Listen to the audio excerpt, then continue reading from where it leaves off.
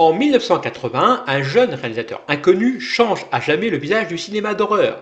Aujourd'hui, on revient sur Evil Dead de Sam Raimi. Sa genèse, ses secrets de tournage et surtout, pourquoi il continue à nous hanter encore aujourd'hui.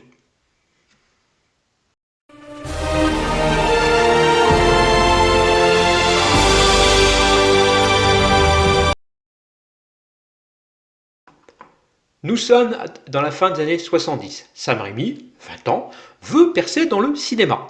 Avec ses amis, Bruce Campbell, Robert Tapper, il tourne un court-métrage en 1978 baptisé Within the Woods. Projet convaincre des investisseurs pour faire un long métrage. Ils parviennent, avec beaucoup de mal, à réunir 350 000 dollars. L'argent vient de petits investisseurs locaux, la famille, et même des dentistes et des médecins du coin s'y mettent. Le tournage commence fin 1979 dans une vraie cabane au Tennessee avec une équipe de 37 personnes, acteurs et techniciens. Mais les conditions de tournage sont extrêmes. Pas de chauffage, des températures glaciales et une équipe dormant parfois sur place dans des conditions plus que spartiates.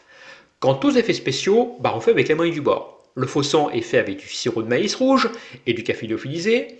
Les prothèses sont faites maison et le maquillage dure des heures et n'est absolument pas adapté à de longues périodes de pause, ce qui engendre des problèmes de peau aux pauvres acteurs sur place. Sans parler des lentilles de contact que les acteurs ne pouvaient pas porter plus de 15 minutes d'affilée. À la fin du tournage, beaucoup sont donc blessés, malades ou ont quitté la prod. Sam Raimi doit donc lui-même faire le figurant dans de nombreuses scènes du film. Pour le côté technique, et là, Shaky Cam, mythique, il utilise une caméra fixée sur une planche portée par deux personnes, donnant cet effet de course surnaturelle à travers la forêt. Parmi les techniques les plus utilisées dans le film, on retrouve l'animation image par image, pour les séquences de décomposition des cadavres, l'incrustation de trucage sur des plans déjà tournés, par exemple la scène de l'attaque des arbres, et pour figurer la décomposition des cadavres, on utilise du sang qu'on a acheté à l'abattoir, ainsi que des abats d'animaux, agrémentés de quelques insectes grouillants qu'on a soit trouvés dans la forêt, soit achetés dans un magasin de pêche aux alentours. Pas moins de 12 semaines sont nécessaires pour le projet, qui au premier abord tient plus du bricolage de films d'étudiants que le reste.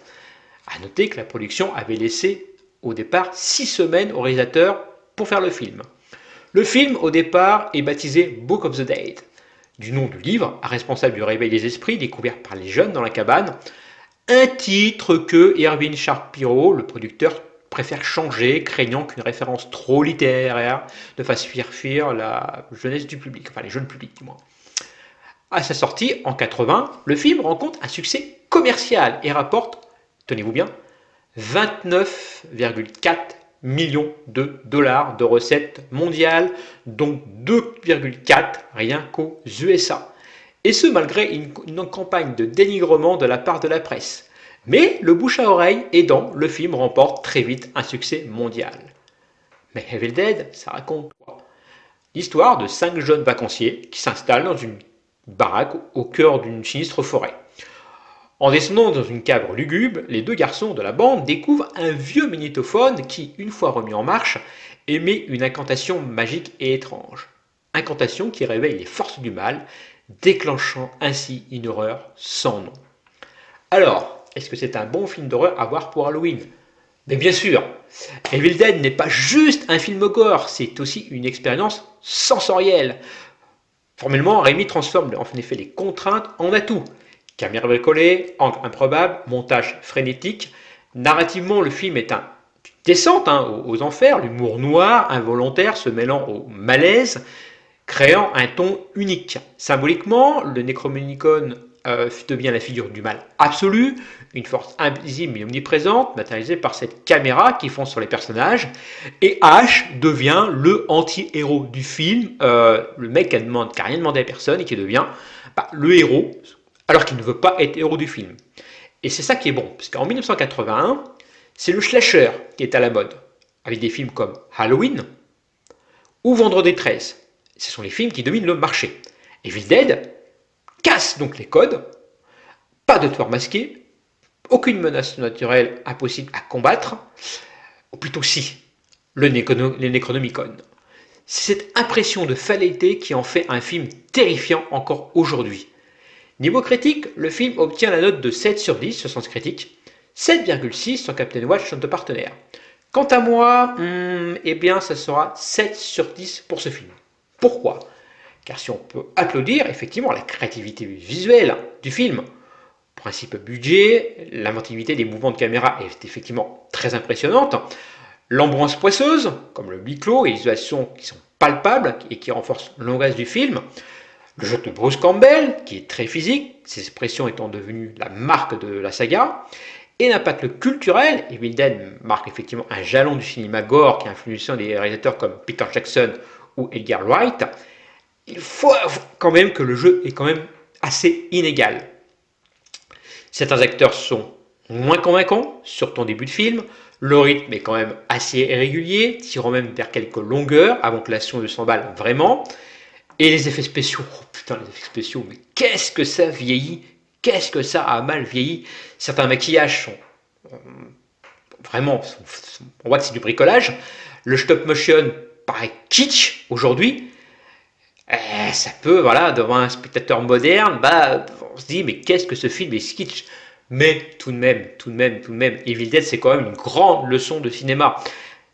Ça prouve qu'avec peu de moyens, mais une imagination débordante, on arrive à faire un bon film. Que Sam Raimi, quand même, a fait un film culte. Et même une saga culte, puisqu'en 87 sort Evil Dead 2, sorte du remake du premier, mais avec plus de moyens, une histoire légèrement différente. Evil Dead 3, L'Armée des Ténèbres, en 92, summum du cinéma d'horreur et de série B. L'Armée des Ténèbres, j'adore le regarder, c'est poil de rire du début jusqu'à la fin de ce film, avec sa fameuse baguette magique. Le film a eu droit également à des remakes en 2013, plus ou moins bien réussis, et une série baptisée Ash vs Evil Dead, sortie en 2015 et qui a été disponible, mais qui a été virée malheureusement de Netflix. Alors oui, Evil Dead, c'est un film imparfait, maladroit, mais ça transpire la passion. Si vous aimez les films qui osent tout, celui-ci est incontournable. Mais attention, c'est un film interdit au moins de 12 ans, donc si vous souhaitez le mater pour Halloween, allez-y quand même avec des pincettes. Bref, 40 ans plus tard, Evil Dead reste pour moi un monument du cinéma d'horreur.